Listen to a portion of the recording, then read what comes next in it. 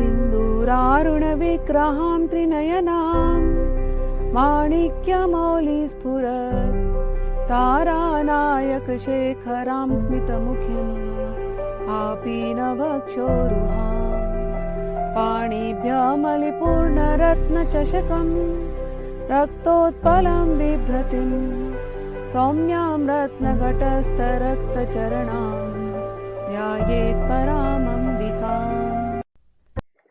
जय मां ललितांबिका, जय गुरुदेव।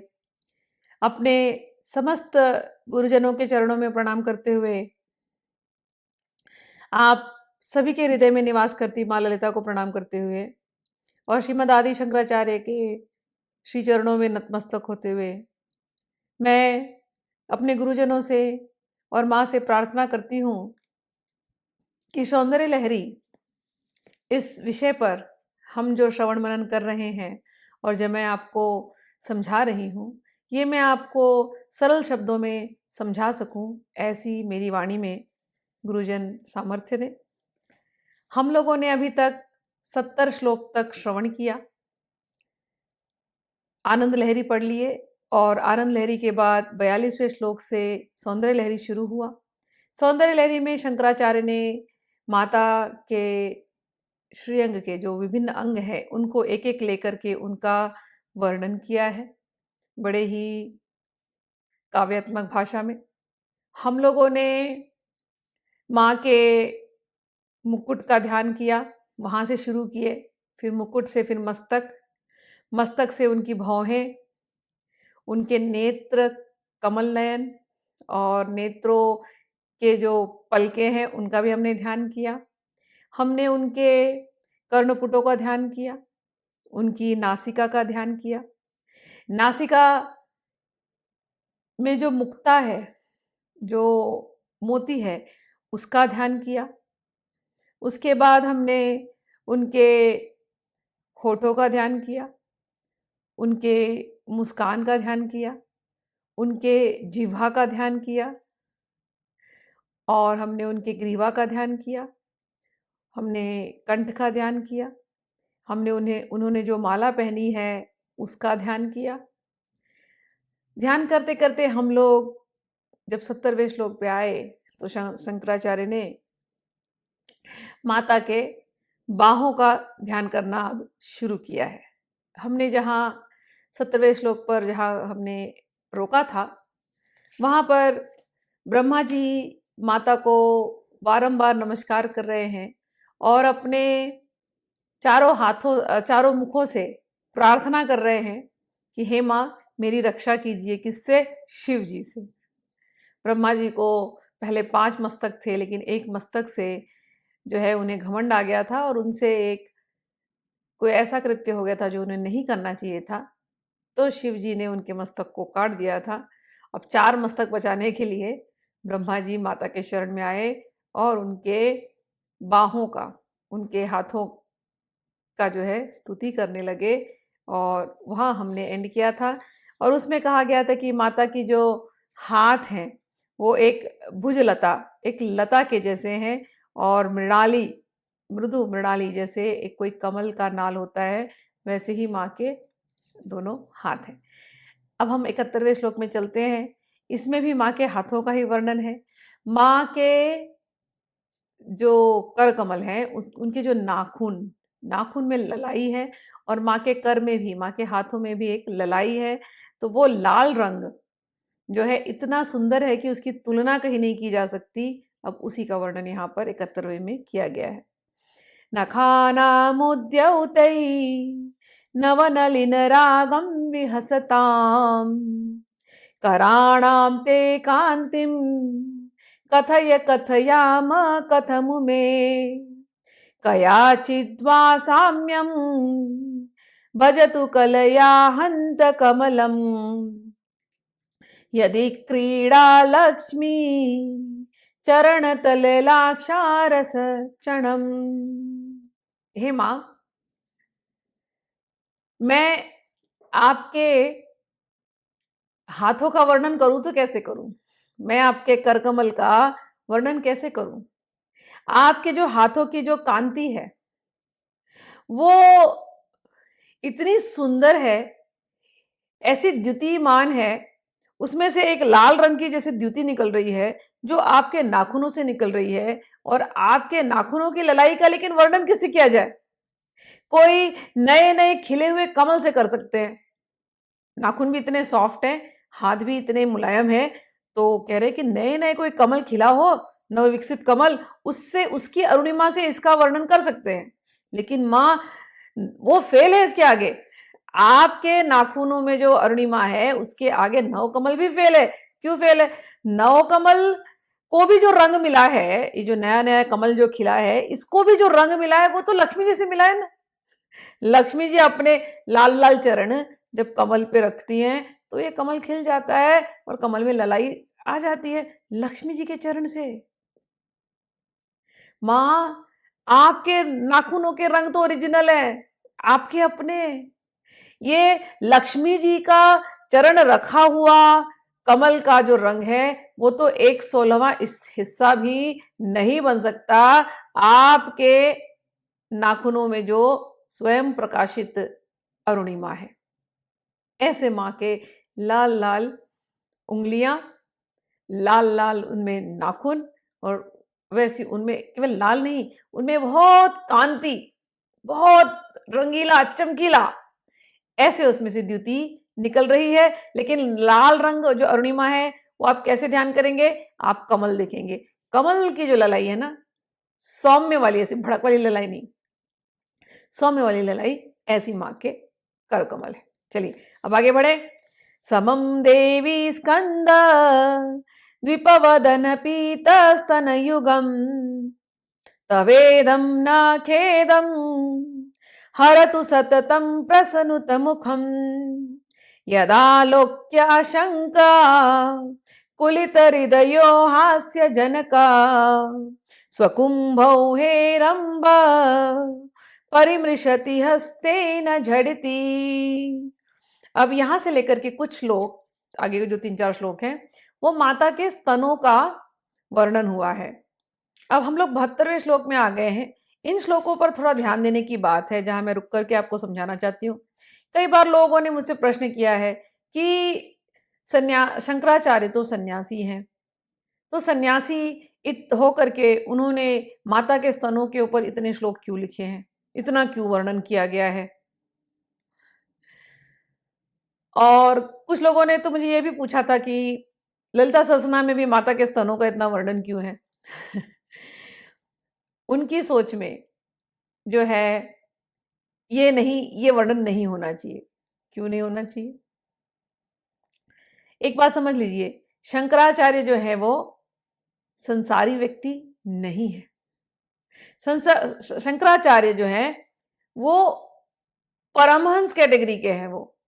वो साक्षात शिव जी के अवतार हैं। वो शंकराचार्य का मन बहुत शुद्ध है। वो हर एक स्त्री में मां को ही देखते हैं। ये ट्रेनिंग दी गई है। हमारे यहां सन्यासियों को यही ट्रेनिंग दी जाती है। काम से ऊपर उठना, कामाग्नि से ऊपर उठना, काम क्रोध से ऊपर उठना, यही तो ट्रेनिंग है सन्यास की। तो शंकराचार्य की दृष्टि में जब वो स्तनों का वर्णन करते हैं, उनकी दृष्टि में कोई ऐसे भाव ही नहीं है जैसा पढ़ने वाले को लग रहा है। और पढ़ने वाले जब मुझसे प्रश्न करते हैं कि वो क्यों स्तनों का वर्णन करते हैं, अरे आपके अंदर वो शुद्धता नहीं है, शायद इसीलिए आपको पढ़ते समय वो अटपटा सा लग रहा है, क्योंकि आपके मन में वो शुद्धता नहीं है।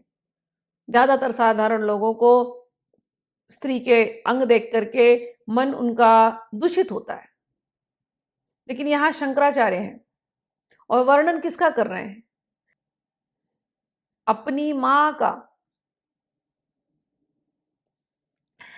मां ही तो वो है ना, जब आप पैदा हुए थे छोटे बच्चे बन करके, एक पहला दिन जब आप संसार में आए,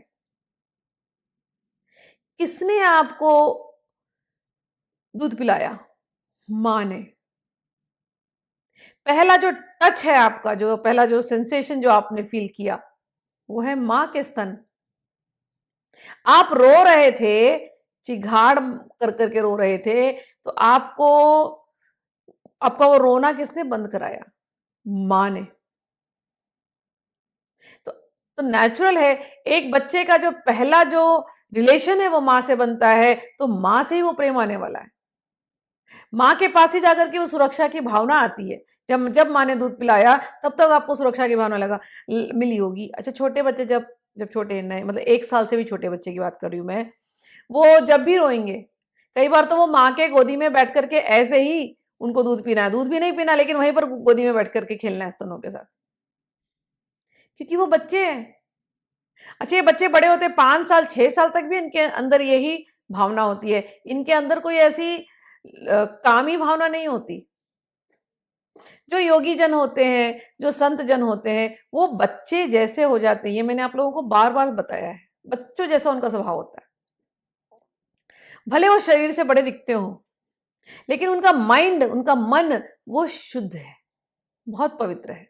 उनके मन में ये काम का उद्वेग नहीं है, जो साधारण मनुष्यों में होता है। उदाहरणार्थ आप रामकृष्ण परमहंस को ले लीजिए। रामकृष्ण परमहंस अपनी पत्नी शारदा देवी से विवाह करके आते हैं। पहली रात्रि में उनको काली माँ, उनको शारदा देवी के अंदर उनको काली माँ दिखती, काली माँ की पूजा करने लगते शारदा देवी के अंदर की। शारदा देवी को बैठा करके उनकी पूजा हो रही है। उनके मन में अपनी पत्नी को लेकर के भी कभी ऐसा विकार नहीं आया। इतने शुद्ध शुद्ध मन के थे रामकृष्ण परमहंस। तो ये शुद्धता सन्यासियों में होती है, इसलिए वो इतने अच्छे से, इतने शब्दों में स्त्री के स्तन, माता के स्तनों का वर्णन कर पा रहे हैं। गीत गोविंद नहीं, भज गोविंदन आप पढ़िए शंकराचार्य की, उसमें लिखते हैं कि मनुष्य की क्या दशा है कि स्त्री के नाभि को देखा, नाभि को देखा और स्तन को देखा तो उसका मन भटकने लगता है। अरे, ये नाभि और ये स्तन है क्या? ये तो केवल मांस, मज्जा आदि के विकार है। तो मांस को देख करके, मज्जा को देख करके, कोई मांस नाभि के शेप में है, कोई मांस और मज्जा वो स्तन के शेप में, उसको देख करके आपके अंदर विकार उठ रहे हैं। इस पर आप लोग बार बार चिंतन तो कीजिए। तो ऐसी जो वाणी जो शंकराचार्य ने दी है, जो सिखा रहे हैं हमको कि नारी के शरीर को केवल मांस और मज्जा का विकार समझना, इससे काम विकार नहीं आएगा। बिल्कुल उसी भाव को डेवलप करते हुए सबको मेडिटेट करना चाहिए, ध्यान करना चाहिए। जो हम लोग बचपन से माँ को ही देख करके बड़े होते हैं ना, तो माँ के प्रति कभी ऐसे वैसी भावना नहीं आ सकती, लेकिन और स्त्रियों को देख करके आ रही है, तो अभी विचारों में शुद्धि नहीं है। तो और स्त्रियों में भी उसी माँ ललिता का भाव करना चाहिए और उसी भाव से देखना चाहिए। उस भाव से देखेंगे तो आपकी भी बुद्धि पवित्र हो जाएगी। उस पवित्र बुद्धि से जब आप सौंदर्य लहरी पढ़ेंगे तो और आनंद आएगा। अब हम लोग आगे की श्लोक में चलते हैं। अमूते वक्षौजो अमृत रस माणिक्य कुतुपो न संदेह स्पंदो नगपति पताके मनसि नः पिबन्तौ तो यस्मात् अविदित वधु संगरसिकौ कुमारावद्यापि द्विरद वदन कौंच दलनौ। तो आप उनके जो हैं हिमाचल पर्वतराज के पताका हो, फ्लैग बेरर हो, और आपके जो स्तन हैं वो ऐसे लगते हैं जैसे माणिक्य के बने हुए कलश हैं जिनके अंदर अमृत भरा हुआ है। तो माँ के स्तन को कलश का वर्णन दिया गया और माणिक्य यानी लाल रंग का वर्णन दिया गया है। तो माणिक्य जड़े हुए आपके कलशों के समान जो स्तन हैं, कहते हैं शंकराचार्य, उनको देख करके भी हमारे अंदर कोई स्पंदन नहीं होता। न संदेह स्पंदो नगपति पता के मनसी न, हमारे मन में जरा भी स्पंदन नहीं होता। और पिबंतो तो यस्मात, आपके इन स्तन से कार्तिकेय ने और गणेश ने स्तनपान किया है, उनके अंदर भी यही दृष्टि है कि उनका मन में भी कोई ऐसा स्त्री से संगम करने की उनकी इच्छा नहीं होती। हालांकि रिद्धि सिद्धि और देवसेना पत्नियां हैं, लेकिन वो केवल शक्ति मात्र हैं। लेकिन कार्तिकेय भी और गणेश जी भी दोनों ही बड़े ब्रह्मचारी जैसे ब्रह्मचारीवत रहते हैं। ये आपके स्तनों से निकलने वाले दुग्ध की महिमा है। आगे बढ़ते हैं। वहत्यंब स्तंभे रमदनुज कुंभ प्रकृतिभिः समारब्धा मुक्ता मणिभिः अमलां हारलतिकां कुचा भोगो बिंबा धर रुचिभिः अंतशबिलितां प्रताप व्यामिश्रां पुरदमयितु कीर्तमीव ते। हे माँ, आपने एक सुंदर सी सफ़ेद रंग की गजमुक्ता की माला पहनी हुई है, जो आपके वक्षस्थल के ऊपर से जा रही है। हे माँ, ये जो गजमुक्ता है, ये गजमुक्ता यानी हाथी से मिला हुआ मणि, ये कहाँ से मिला था? जब शिव जी ने गजासुर का वध किया तो उसके सर से वो मुक्ता निकाली और वो मुक्ता आपको भेंट दे दिया। तो आपको उनके पराक्रम पे बहुत गर्व है, इसलिए उस मुक्ता की माला बनाई है और आपने उसको अपने हृदय पर धारण किया है, दो चीज़ दर्शाने के लिए। एक तो मेरे स्वामी की कीर्ति देखो कितनी कितनी फैली हुई है, और मेरे स्वामी जो हैं कितने वीर हैं, कितने पराक्रमी हैं, उन्होंने गजासुर जैसे का वध किया है। और मेरे स्वामी मुझे कितना प्रेम करते हैं कि वो मुक्ता मुझे ला करके दिया है। तो आपने उसकी माला बना करके अपने वक्षस्थल पर धारण किया है। उस माला में लाल रंग भी दिखाई देता है, क्योंकि माँ ने अपने वक्षस्थल पर कुमकुम लगाया है। तो वो जो है वो लाल रंग वो उस मुक्तामणि में भी दिखाई देता है। तो सफ़ेद और लाल रंग दिखाई दे रहे हैं। सफ़ेद और लाल रंग जो है वो शिव के पराक्रम और शिव जी के कीर्ति के बारे में दर्शा रहे हैं। तो ऐसे उन वक्षस्थलों का और उन मुक्तामणि के हार को धारण करने वाली माता का हम ध्यान करते हैं। अब हम 75वें श्लोक पर चलते हैं। तव स्तन्यं मन्ये धरणिधर कन्ये हृदयतः पयः पारावारा परिवहति सारस्वतमिव दयावत्या दत्तं द्रविड़ शिशु आस्वाद्य तव यत कवीनां प्रौढ़ानां मजनी कमनीय कवयिता। कह रहे हैं कि हे माँ, आपके स्तनों के जो दूध हैं वो बिल्कुल सागर के समान है, और दूध का एक सागर है ऐसे लगता है। और आपके हृदय से जितनी कविताएं हैं या जितना ज्ञान है वो सारस्वत ज्ञान आपके हृदय से निकल रहा है, और वो सारस्वत ज्ञान ही आपके दूध के रूपों में आपके स्तन से निकल रहा है, और वो सागर के समान है। यानी ज्ञान का सागर है।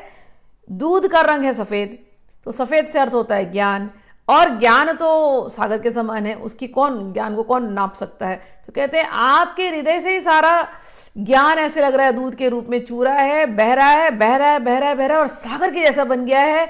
और इस दूध को आपने, इस ज्ञान रूपी दूध को जो है ना, इस ज्ञान को बेसिकली आपने अपने एक द्रविड़ शिशु को पिलाया, जिसकी वजह से वो द्रविड़ शिशु इतनी सुंदर सुंदर कविताएं करने लगा कि कवियों को भी उसकी कविताओं में आनंद आता है। कवियों में भी कविराज ये बन गया। ऐसा ये द्रविड़ शिशु।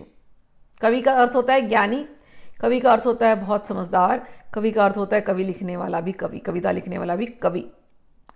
अब यहाँ द्रविड़ शिशु कह रहे हैं, कोई एक द्रविड़ शिशु है जो ऐसा बन गया, कवियों का भी कवि बन गया। तो कौन है वो द्रविड़ शिशु? हम जब पढ़ते हैं तो हमारा मन सीधे कहता है कि शंकराचार्य अपने बारे में कह रहे हैं, कह सकते हैं। इसके बारे में दो बातें कही गई हैं, बहुत लोगों ने कमेंट्री लिखी है जो, तो कुछ लोगों ने कहा शंकराचार्य के बारे में ही बात हो रही है कि शंकराचार्य के पिताजी एक बार बाहर गए थे और उनकी माता जो थी वो अशुद्ध थी। तो वो उस समय पे माँ जो घर के जो देवी थी उनको भोग नहीं लगा सकती थी। तो उन्होंने शंकर को बुलाया, बोला शंकरा इधर आओ, ये दूध ले जाओ और देवी को भोग लगा दो। मैं आज नहीं लगा सकती, मैं ठीक नहीं हूँ, तो तुम जा करके चढ़ा दो। शंकरा 5 साल के थे, गए माता को दूध चढ़ाए। अब माता ले नहीं रही है, तो ये रोने लगे, आप पी क्यों नहीं रही है, आप पीजिए, मैं आपके लिए लाया दूध, पीजिए। तो इनके प्रार्थना से और इनके भोलेपन से माँ प्रकट हुई और पूरे कटोरी का दूध पी गई। फिर कटोरी खाली हो गई।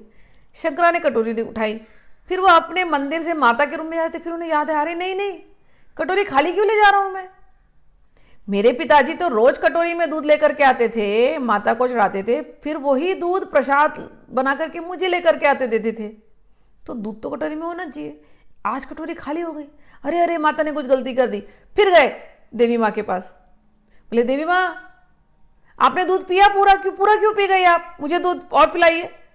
आप पूरा पी गई तो मैं प्रसाद कैसे बांटूंगा, पिताजी तो रोज प्रसाद लेकर के आते थे, तो आज तो आप पूरा पी गई, अब मुझे वो प्रसाद चाहिए, मुझे अब दूध प्रसाद चाहिए, दीजिए मुझे दूध, वापस दीजिए मेरा दूध।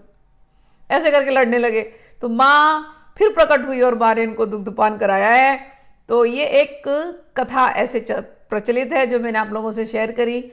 दूसरी एक कथा है संबंधार बोल करके, एक और द्रविड़ देश के, द्रविड़ यानी साउथ इंडिया को द्रविडियन कहते हैं और नॉर्थ इंडिया को आर्यन। तो द्रविड़ देश के एक और साधु हैं, संत हैं, उनका नाम है संबंधार। तो संबंधार के बारे में भी ऐसी ही एक कथा थी कि 3 साल के वो थे, अपने माता पिता के साथ कहीं तीर्थ यात्रा पे निकले थे। तो माता पिता जो है नदी में चले गए स्नान करने और इनको कहा कि तुम यहीं बैठे रहना, हम स्नान वान करके आते हैं। तब तक इनको भूख लगी, ये भटकने लगे। भटक करके देखा कि मेरे माता पिता मुझे मिलने रहे हैं और इन्हें बड़ी भूख लगी थी। वो टाइम पे शिव जी का क्षेत्र था, तो माता पार्वती और शिव उस जगह से घूम रहे थे। उन्होंने देखा अरे बच्चा रो रहा है, तो माता पार्वती ने आकर के उनको दुग्धपान कराया और करा के फिर वो अंतर्ध्यान हो गए। थोड़ी देर के बाद इनके माता पिता नदी से स्नान करके बाहर आए। उन्होंने देखा अरे संबंधार के होठ पे दूध लगा हुआ है। उन्होंने पूछा संबंधार दूध कहाँ से लगा ये तुम्हारे होठ पर। तो संबंधार छोटे से थे, 3 साल के, तो वो बता पा नहीं रहे। तो उन्होंने बोला ऊपर से। उन्होंने बोला ऊपर से क्या, क्योंकि उनके सामने अंतर्धान हुए थे ना शिव पार्वती। तो बताओ कौन आया था ऊपर से। तब संबंधार ने 3 साल की उम्र में कोई एक ऐसा सुंदर श्लोक की रचना करी जिससे भगवान के बारे में पता चला था। तो और इनके माता पिता तब एकदम आश्चर्यचकित हो गए कि अरे सच में लगता है इसके पास भगवान आकर के, देवी ने आकर के इसको दूध पिलाया है। तो संबंधार ये जो थे, इनको 3 साल में दूध पिलाया और उसके बाद संबंधार जो हैं आगे बढ़ करके बहुत बड़े साउथ के, तमिलनाडु के बड़े संत बने। तो ये उनकी कथा है। तो 75वें श्लोक में जब ये द्रविड़ शिशु कहते हैं, तो द्रविड़ शिशु से शंकराचार्य भी, द्रविड़ शिशु से वो संबंधार भी।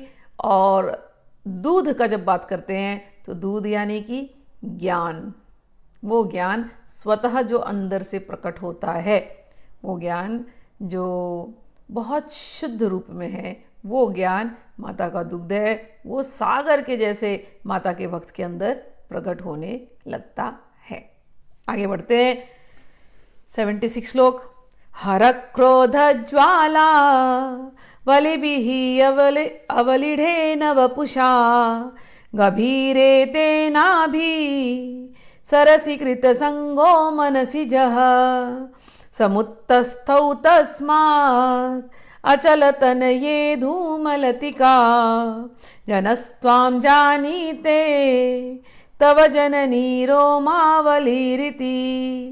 इसमें अब वक्षों का ध्यान करने के बाद, वक्षस्थल का ध्यान करने के बाद हम माता की नाभि पर ध्यान कर रहे हैं। तो कह रहे हैं, हे माता, एक बार हर के क्रोध से, शिव जी के क्रोध से जो कामदेव थे वो जल रहे थे। शिव जी के तीसरे नेत्र से अग्नि निकली, कामदेव अग्नि के लपटों में आ गए। अब कामदेव बेचारे भागे, कहाँ बचूं। और कामदेव ने आपकी नाभि को देखा। उन्हें लगा वो नाभि तो कोई जल स्रोत है, माँ का वपू ही पूरा ठंडा है ना, तो कह रहे जल स्रोत है, और सीधे वो जाकर के आपके नाभि में घुस गए, जलते हुए कामदेव। तो जब वो आपके नाभि में घुसे तो उनके अंदर से धुआं निकलने लगा, और वो धुआं जो है वो आपके नाभि से लेकर के ऊपर तक वक्षस्थल तक एक लाइन बन करके गया है, और उस लाइन पर जितनी छोटे छोटे रोमावली हैं, वो रोमावली नहीं है, वो कामदेव के निकले शरीर से निकले हुए धुएं ही हैं जो आपके शरीर पर रोमावली जैसे प्रकट हो रहे हैं। कहने का अर्थ है कामदेव ने भी अपने आप को बचाने के लिए आपके नाभि का सहारा लिया है। अब यहां पर हम लोग एक कथा तो कहते हैं, तो जिनको कथा से भाव आता है मां के लिए, वो कथा से भाव ले, और किसी किसी को लगेगा ये क्या कथा बोल रहे हैं, तो उनको तो थोड़ा ज्ञान वाला लैंग्वेज चाहिए। तो एक चीज समझ लेना, कहाँ घुसे कामदेव? नाभि में। तो नाभि कौन सा चक्र है? शंकराचार्य की भाषा में स्वादिष्ठान, ठीक है। वहां पर कौन सा तत्व है? नाभि में अग्नि तत्व है। कामदेव ने वहां शरण ली है, मतलब नॉर्मली कामदेव का, हमारे शरीर में नॉर्मली कामदेव कहाँ शरण लेते हैं? ज्यादातर लोगों का जो ध्यान है वो पेट नाभि के नीचे ही है, बस पेट भरना और पेट के नीचे का कार्य। लेकिन जो ध्यानी व्यक्ति होते हैं वो, उनके अंदर तत्व अग्नि का बढ़ने लगता है, तो काम अग्नि खत्म होने लगती है। तो काम अग्नि खत्म होने लगती है तो वो बेचारा घबराया हुआ जला हुआ कामदेव बोलता है मैं कहाँ जाऊं? तो वो नाभि में ही रहता है। नाभि में रहता है यानी कि एक जो ध्यान हमने पहले किया था कि पहले हम देवी को देखते हैं सामने, और देखने के बाद ऐसा तादात्म्य बनता है कि ये शरीर ही देवी बन जाता है, हम अपने आप को भूल जाते हैं। तो देवी की नाभि और हमारी नाभि एक है, ऐसा भावना आ जाता है। और जब हमारी नाभि और देवी की नाभि एक है, उस समय कोई कामाग्नि नहीं है, सारी अग्नि जल करके केवल नाभि क्षेत्र में है। और उस समय जब वो अग्नि प्रज्वलित होती है, नाभि का जो चक्र है वो खुलता है, फिर वो खुलते खुलते खुलते खुलते वो जो शक्ति है नाभि से ऊपर उठ करके जाती है हृदय क्षेत्र में। तो ये यहाँ पर ध्यान किया गया है कि कामदेव अंदर जला हुआ है, लेकिन वहां से एक लाइन जा रहा है, उसमें से काले काले दिखाई दे रहे हैं धूम, जो रोमावली है, और वो आपके हृदय देश तक जाती है। ऐसा वहां पर ध्यान बताया गया है इनडायरेक्टली। नाभि से हृदय तक उठने वाला रोमांच, जब वो शक्ति उठती है ना तो रोमांच होता है। तो कहते हैं नाभि से लेकर हृदय तक उठने वाला रोमांच ही वो रोमावली है। अब आगे बढ़ते हैं, अभी भी नाभि पर ही है 77। यदे तत्कालिंदी तनुतर तरंगाकृति शिवे कृशे मध्ये किंचित जननी तव यद भाति सुधियाम विमर्दात अन्योन्यम कुछ कलशयो अंतर्गतम तनु भूतं व्योम प्रविशदिव नाभिं कुहरिणीम। हे मां, ये जो लाइन जा रही है वो आपके जो नाभि के ऊपर से जाती है, वो मुझे, क्योंकि वो सांवली सी है तो वो मुझे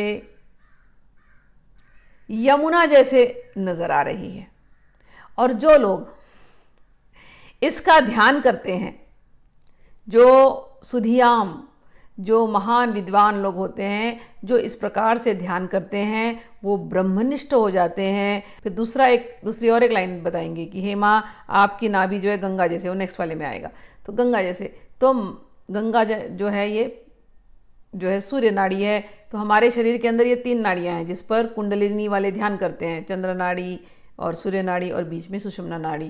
तो कहते हैं किसी ने ये पकड़ ली, उसका किसी ने ध्यान कर लिया तो वो समाधि में तुरंत पहुंच जाता है। तो हे माँ, आपकी नाभि का ध्यान किसी को भी समाधि में ले जा सकता है, ऐसा यहाँ पर अर्थ बता रहे हैं। ये तो उनके लिए जो ज्ञानी, जिनको कथा में इंटरेस्ट आता है, कहते हैं हे माँ, आपकी नाभि में ही हमें यमुना जी के दर्शन हो रहे हैं। यमुना जी के दर्शन यानी साक्षात श्री कृष्ण के दर्शन हो रहे हैं, ऐसा भी भाव आप ले सकते हैं। आगे चलते हैं अब नेक्स्ट वाले श्लोक में। स्थिरो गंगावर्त स्तन मुकुल रोमावललिता रोमावलीलता कलावालं कुण्डं कुसुमशरतेजोहुतभुजः रतेर्लीलागारं किमपि तव नाभिर्गिरिसुते बिलद्वारं सिद्धे गिरीशनयना नाम विजयते। अब कहते हैं माँ, आप की जो नाभि है वो ऐसे लगता है जैसे गंगा, उसके अंदर गंगा नदी, हम नदी में देखते हैं ना ऐसे बवंडर जैसे रहता है, तो नाभि का शेप ऐसी है उस बवंडर जैसे। कह रहे आपकी नाभि ऐसी बवंडर जैसे है नदी में। हाँ, और गंगा नदी, तो पहले यमुना नदी को याद किया, अब गंगा नदी को याद करें। कह रहे हैं कामदेव सोचा कि मैं शिव जी की तपस्या को भंग कर दूंगा, लेकिन वो जल गया बेचारा। भागते भागते भागते आपके अंदर आया, आपके नाभि में घुस गया, नाभि में घुस के बस वो केवल हवन कर रहा है, क्योंकि जला हुआ है ना, तो हवन कर रहा है, माता मुझे बचा लो, माता मुझे बचा लो, माता मुझे बचा लो, तुम ही हो, तुम ही हो, तुम ही हो, स्वाहा स्वाहा, मैं नहीं मैं नहीं मैं नहीं। तो कामदेव घुस गया आपके नाभि में। पहले तो आपकी नाभि गंगा जी जैसे है, तो उसको लगा मैं गंगा में डुबकी लगा रहा हूँ, अब मुझे आराम मिल जाएगा, तो आपकी नाभि में घुसा। कामदेव घुसा, कामदेव का रति रहती है, उसकी पत्नी भी वहीं घुस गई, तो नाभि के अंदर दोनों जन छुपे हुए हैं। शिव जी ने आँख खोला, बोला अभी कोई जला, जल करके कहाँ गया? ढूंढते ढूंढते शिव जी की नेत्र सब जगह ढूंढ रहे, ढूंढते ढूंढते ढूंढते शिव जी को समझ में आ गया, अच्छा कामदेव तुम्हारे नाभि के अंदर है। और जैसे ही शिव जी का नेत्र तुम्हारी नाभि पर पड़ा माँ, फिर क्या उस नाभि में थोड़ी ना, वहां तो गंगा जी के दर्शन हो रहे हैं। शिव जी का भी क्रोध ठंडा हो गया, शिव जी का क्रोध ठंडा हो गया, फिर वो आपके सौंदर्य को देखने लगे। अब वो आपके सौंदर्य में डुबकी लगाने लगे। वो जो तपस्या कर रहे थे, जिसको कामदेव भी भंग नहीं कर सकता था, वो तपस्या जाकर के पूरी कहाँ हुई? जब शिव जी साक्षात जब शिव जी का नेत्र आपके नाभि पर आ गया, तब शिव जी जाकर के शांत हो गए, कामदेव की भी जान बच गई।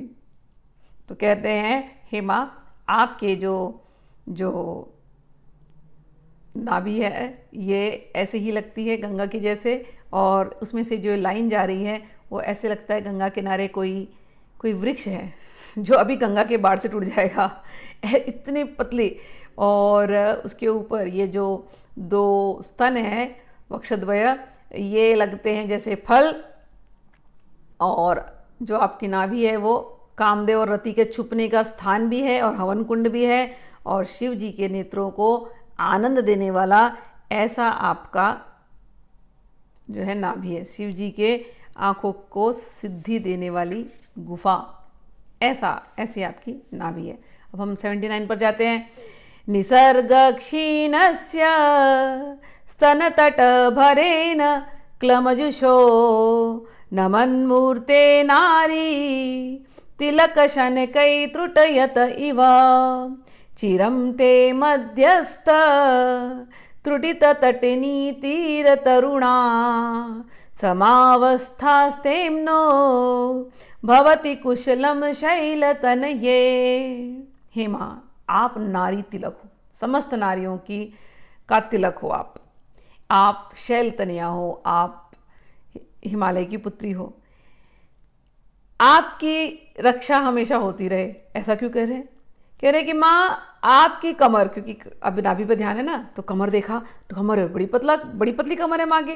कह रहे माँ आपकी कमर इतनी पतली है, आप गिर नहीं जाना। आपके वक्षस्थल, आपके द्वय वक्ष की वजह से, उसके भार को उठाने से कहीं आपकी कमर टूट न जाए, इसलिए आप बड़े संभाल करके अपने आप को रखना। क्यों? तो अभी कामदेव तो अंदर बैठा ना नाभि के अंदर, तो कामदेव के अंदर डर आ गया। तो कामदेव सोचता है क्या किया जाए, कैसे माँ की कमर को संभाला जाए। तो आगे के श्लोक में कहा गया, कुचौ सद्य स्विद्यत तट घटित कुरपास भिदिरो कशंतोदोर्मूले कनक कलशाभौ कलयता तवत्रातुं भंगात् अलमिति वलग्नन्तनुभुवा त्रिधानद्धं देवी त्रिवली लवली वल्लीभीरिव। हे माँ, आपके जो वक्षद्वय हैं वो स्वर्ण कलशों जैसे हैं, और जब कभी आप शिव जी को देखती हैं तो आपको पसीना आने लगता है। और कहते हैं कि आपका जो नाभि क्षेत्र है उसमें 3 लाइन दिखाई दे रही है। एक तो लाइन सीधी जा रही है और एक ऐसे जैसे किसी ने कुछ बांधा हो। तो किसने बांधा? कामदेव ने बांधा। कामदेव डर गया कि माँ ज़्यादा प्रसन्न न हो जाए। शिव जी पीछे पीछे भागे भागे आए ना तो शिव जी ज़्यादा प्रसन्न हो जाए और फिर माँ और भी प्रसन्न हो जाए, और माँ की कमर कहीं हिलविल न जाए, लचक न जाए। इसलिए उसने क्या किया, कामदेव ने एक लवली नाम का एक लता लाई और वो लवली को लेकर के माँ के कमर पे बांध दी। 3 गोलाई से 3 बार ऐसे बांधा है ताकि माँ की कमर संभली रहे, वो ज़्यादा लचक उचक नहीं जाए शिव जी को देख करके। तो ऐसे आपकी कमर को बांधा गया है। तो ये सुंदरता का उस समय पे मापदंड था, तो वो यहाँ पर दर्शाया गया है। आगे बढ़ते हैं। गुरुत्वं विस्तारम क्षितिधरपति पार्वती निजात नितंबाताच्छिद्य त्वयि हरण रूपेण निदधे अतस्ते विस्तीर्णो गुरुरयमशेषां वसुमतिं नितंब प्राग्भार स्थगयति लघुत्वं नयति च। कहने का अर्थ है माता प्रकृति है ना। तो धरती, देखो धरती कितनी बड़ी है, धरती के ऊपर कितना भार है, पर्वतों का भार। और धरती को आप देखो तो 70% वाटर है, पानी है, तो पानी का भार। तो इतनी भारी धरती है, और इतनी भारी धरती आप सोचिए कि आकाश में जो ग्रह मंडल होता है ना, उसमें आप पिक्चर देखते हैं ना, तो ऐसे धरती ऐसे आकाश में लटकी हुई है बिना किसी सपोर्ट के। क्यों? तो कह रहे माता आपकी वजह से आप इस धरती पर बैठी हैं, आप में वो गुरुत्वम है, आपके बैठने का भार इतना है कि धरती को आपने बराबर संभाल करके रखा हुआ है और धरती हिल नहीं सकती। आपके अंदर वो गुरुत्वम कहा गया, आपके अंदर वो गुरुत्वाकर्षण है, वो गुरुत्वाकर्षण आप ही हैं। आप ही गुरुत्वाकर्षण की वजह से धरती अपनी जगह पर है, और आपने अपने भार से ऐसा संभाल करके रखा है कि धरती तेजी से घूम नहीं सकती, इतने हल्के से घूमती है। इसीलिए तो समुद्र का पानी कभी धरती को, बाकी के जो सूखा जो लैंड है उसको भिगा नहीं सकता, सूखा क्षेत्र को, है ना। समुद्र का अपना एक बॉर्डर है, कभी क्रॉस कर दे समुद्र तो बॉर्डर को नहीं ना। और जहां पर्वत है वहां कितने ऊंचे पर्वत है, इम्बैलेंस हो सकता है कि नहीं हो सकता है? पर्वत इतने ऊंचे तो वो जगह गिर सकती है, उल्टी हो सकती है कि नहीं। और अगर समुद्र ऊपर आया तो पूरा धरती डूब जाएगा। दोनों नहीं हो रहा है, पर्वत अपना बैलेंस करके रखा है, समुद्र ने अपना बैलेंस करके रखा है। कैसे करके रखा हुआ है? कहते हैं माँ आप इनके ऊपर बैठी हुई हैं, आपकी वजह से ये कुछ हिल नहीं पा रहे हैं। धरती क्या है, छोटी सी है, आपका विस्तार और आपका गुरुत्व, आपका भारीपन। तो इस प्रकार से उसको हम ध्यान करते हैं और उसको हम नमस्कार करते हैं कि सब कुछ माता की वजह से ही हो रहा है। आगे चलते हैं। करिंद्राणाम शुंडान कनक कदली कांड पटलिम उभाभ्यामोरुभ्याम उभयमपि निर्जित्य भवति सुवृत्ताभ्याम पत्यु प्रणति कठिनाभ्याम गिरिसुते विदिज्ञे जानुभ्याम विबुध करि कुंभद्वयमसि। अब माता के जांघों का ध्यान हो रहा है और उनके घुटनों का ध्यान हो रहा है। कहते हे माँ, आप तो बहुत दक्ष हैं सब कार्य करने में, और आपके दोनों जांघें जो हैं दोनों वो गजेंद्र के सूंडों जैसी लगती हैं, और स्वर्ण से बने हुए केले के अगर स्तंभ वैसे आपके दोनों जांघें प्रतीत होती हैं। आपके जो घुटने हैं वो सुंदर हैं, वो गोल हैं, और बुद्धिमान हाथी ऐरावत के मस्तक के समान वो प्रतीत होते हैं। एक्चुअली ऐरावत के मस्तक की सुंदरता को भी पराजित करने वाले ऐसे आपके घुटने हैं। और ये घुटने, आप अपने पति को बारंबार प्रणाम करती हैं ना, इसके लिए ये घुटने जो हैं ये थोड़े से कठोर हो गए हैं प्रणाम करते करते। चलिए, घुटनों का भी ध्यान हो गया। घुटनों का ध्यान कर लिया, जांघों का ध्यान कर लिया। अब हम लोग और नीचे जाते हैं। अब हम लोग माता की पिंडलियों पर जाते हैं।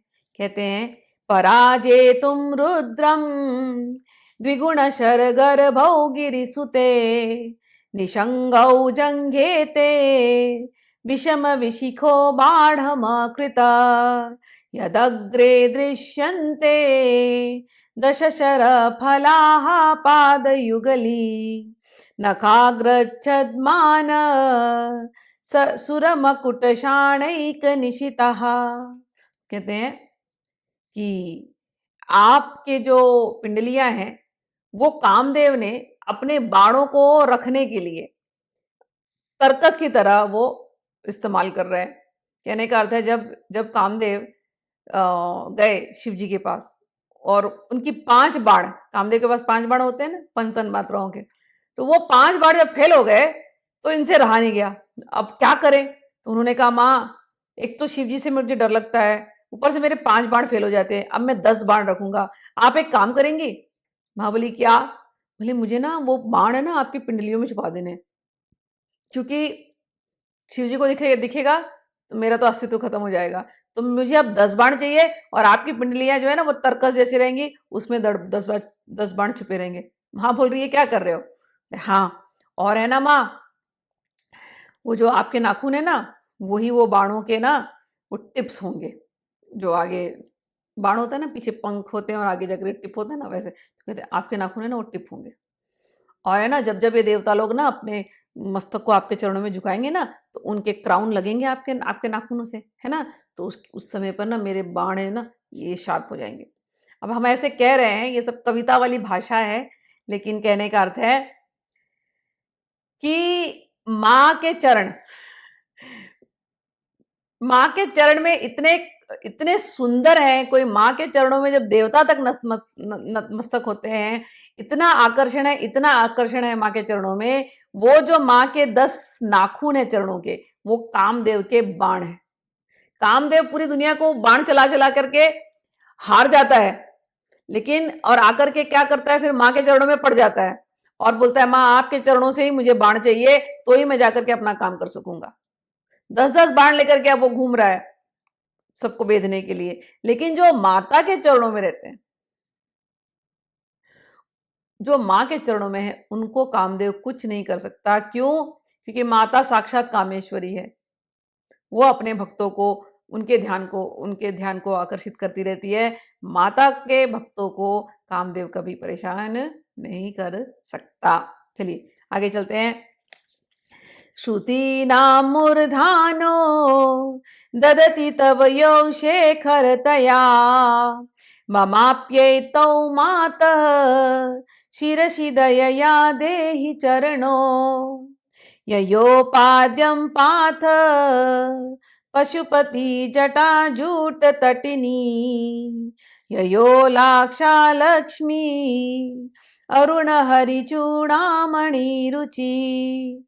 हे माँ, आपके ये चरण, पहले तो कामदेव के बाण, मतलब एक एक जो नाखून है वो कामदेव के बाण है, समझ लेना आगे वाले, कि हम सबको घायल करने वाले। हम जो आपके चरणों का दर्शन करते हैं, हम तो वैसे ही घायल हो जाते हैं। दूसरा, हे माँ, सारे उपनिषद, सारे वेद, वो आकर के आपके चरणों को प्रणाम करते हैं। आपके चरण इतने सुंदर हैं। वेदों ने, उपनिषदों ने आपके चरणों को अपने मस्तक पर धारण करके रखा है। हे माँ, मैं आपसे प्रार्थना करता हूं कि आपकी ये चरण आप हमारे सर पर भी रख दें। आपके चरणों से चढ़ने वाले कामदेव के बाण हमें भी भेद दें। जो ज्ञान उपनिषदों में प्राप्त हो रहा है, हे माँ, वो आप ही से तो मिल रहा है। हम यहाँ वहां क्यों भटके? हे माँ, हम बस आपके चरणों में रहना चाहते हैं। आपके चरण हमारे मस्तक पर आ जाएं।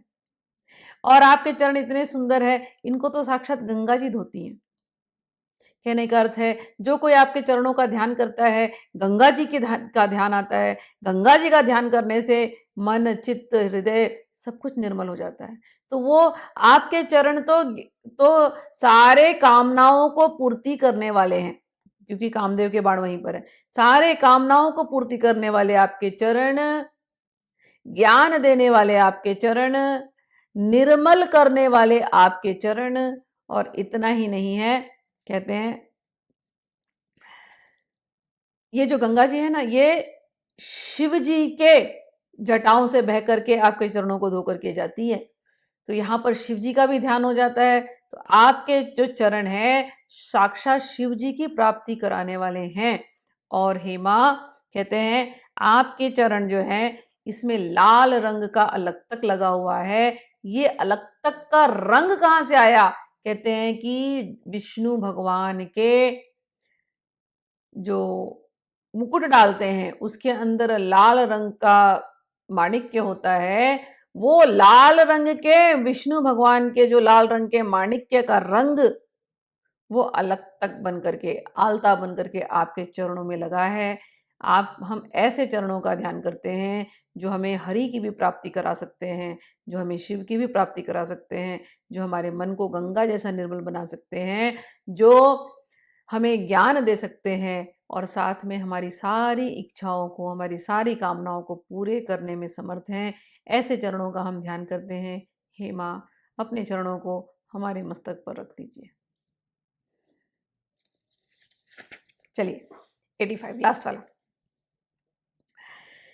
नमो वाकं ब्रूमो नयन रमणीयाय पदयो तवास्मै द्वन्द्वाय स्फुटरुचिरसालत्तकवते असूयति अत्यन्तं यदभिहननाय स्पृहयते पशूनामीशान प्रमदवन कंकेलितरवे। हे माँ, आपके चरण हमारे नेत्रों को बहुत आनंद देते हैं। नयन नव रमणीय ऐसे तो आपके चरण हैं और आपके चरण चमकते हैं, बहुत सुंदर। और आपके चरणों में ये लाल रंग का आलता अतीव सुंदर लगता है माँ, बहुत रमणीय। हे माँ, कभी कभी जब आप अशोक वाटिका में चलती हैं तो माँ के सुधा सागर में अशोक वाटिका है, खूब ढेर सारे अशोक वृक्ष हैं। अशोक का अर्थ होता है जिसको शोक न हो, शोक यानी दुख, और अशोक यानी जिसको दुखी ना हो। तो अशोक जितने वृक्ष हैं आपके श्रीनगर में, वहां किसी को कोई दुख है ही नहीं सारे वृक्ष को। लेकिन कभी कभी कोई कोई वृक्ष उनमें फल फूल नहीं आते तो वो बड़ा इंतजार करते हैं कि माता कभी आएंगी तो हमें अगर छू देंगी माता तो हमें हमारे अंदर भी फूल आने लगेगा। तो कभी कभी आप और शिव जी दोनों अशोक वाटिका में चलते हैं, घूमते फिरते जाते हैं और आप तो अशोक वृक्षों की बात को समझ जाती हैं। तो आप ऐसे ही चलते चलते चलते किसी एक अशोक वृक्ष, उसको कंकली कहा गया, किसी एक अशोक वृक्ष को आप अपने पैरों से ऐसे थोड़ा सा लात मार देती हैं तो वो अशोक वृक्ष इतना रोमांचित हो जाता है, इतना खुश हो जाता है, अरे अब मेरे अंदर फूल आएंगे, अब मेरे अंदर फल आएंगे। और अशोक वृक्ष में ऐसा रोमांच होता है, रोमांच होता है, उसकी पत्तियां हिलने लगती हैं और इतना ही नहीं, पेड़ हिलने लगता है। और पेड़ जब हिलता है तो उसके अंदर से प्यार से इतना अश्रु निकलता है पेड़ के अंदर से कि मकरंद ऐसे चूने लगते हैं। उसको देखा देखी और भी अशोक वृक्ष रोमांचित होते हैं, पूरी वो अशोक वाटिका रोमांचित होती है और मकरंद सब में से चू रहे हैं। शिव जी देखते ये क्या हो गया। शिव जी को समझ जाता है, तुमने अपने चरण कमलों से इनको ताड़न किया ना, अभी मारा ना तुमने। तो मां मुस्कुरा देती है। तो शिव जी कहते हैं क्यों मारा उनको, हमको भी तो कभी मार दो अपने चरणों से। माँ कहती ये कैसी बातें आप करते हो, ये क्या बात है, मैं कैसे आपको चरणों से मारूंगी। ये तो उनका प्यार है, गलती से मेरा लग गया, उनकी इच्छा थी, मेरी गलती से पैर चरण लग गया, मैं किसी को मारती नहीं ऐसे चरण। उन्होंने तो बोलते हैं अच्छा। फिर अशोक को देखते हैं शिव जी कि मैं ना, मुझे ना तुमसे ईर्ष्या हो रही है। अशोक वृक्ष, अशोक वृक्ष क्या बोलेगा, मुस्कुरा रहा है, रो रहा है प्यार से ये दोनों को देख करके। तो बोलते हैं मुझे ना तुमसे ईर्ष्या हो रही है, ये ललिता जाती है और तुमको चरणों से मारती है, मैं तो इसको बोलता हूं तो मुझे नहीं मारती, ये तुमको ज्यादा प्रेम करती है लगता है। फिर ललिता को देखते हैं, माँ को, ललिते मैं भी तो तुमसे उतना ही प्रेम करता हूँ, इनसे ज्यादा प्रेम करता हूँ। तुम मुझे कैसे भी मार दो, इनको तो तुमने प्रेम से मारा, मुझे ना तुम क्रोध में भी मार दो, तुम क्रोध में भी अगर मेरे पर चढ़ जाओगी ना तो मुझे बहुत अच्छा लगेगा। तुम जब काली बनती हो ना तो मेरे ऊपर चढ़ती हो ना, मुझे प्यार से, मुझे गुस्से में आकर के मुझे मार देती हो अपने चरणों से, मुझे बहुत अच्छा लगता है। तुम मुझे मारा करो, ऐसा कुछ नहीं है, मैं तुम्हारा प्रेम और तुम्हारा क्रोध ये दोनों ही मुझे बहुत भाते हैं। मुझे तो इस समय इस अशोक से बहुत ईर्ष्या हो रही है कि उसको तुम्हारे चरणों की ताड़न मिला और मुझे नहीं मिला, मुझे भी जल्दी दो। माँ बोलती है चुप करो। मैं समझती हूँ तुम्हारा प्रेम कैसा है, लेकिन मैं तुम्हें कैसे ताड़न दूंगी, मैं तुम्हें नहीं ताड़ सकती, मैं तुम्हें मार नहीं सकती। इसलिए तो शिव जी बोलते हैं आज मेरी किस्मत नहीं है, कोई बात नहीं है अशोक, आज तुम लकी हो। हाँ लेकिन मुझे तुमसे बहुत जलन हो रही है। तो यहाँ पर लिखा गया है कि असूयति अत्यंतम, शिव जी को बहुत असूया का भावना आ रहा है, जलन हो रही है। यद भी हननाय स्पृहते पशुनाम ईशानम प्रमोदवन, कि प्रमोदवन में जब घूम रहे थे तो उन्होंने, जब ललिता जी ने अशोक जी को, अशोक वृक्ष को छुआ है, शिव जी को बहुत ज्यादा जलन हुआ है। तो इसी प्यारे प्यारे भावों के साथ अब हम लोग ने 85 श्लोक खत्म किए। 15 और श्लोक बाकी हैं जो हम लोग अगले वीडियो में करेंगे। तब तक के लिए जय मां ललिता, जय गुरुदेव।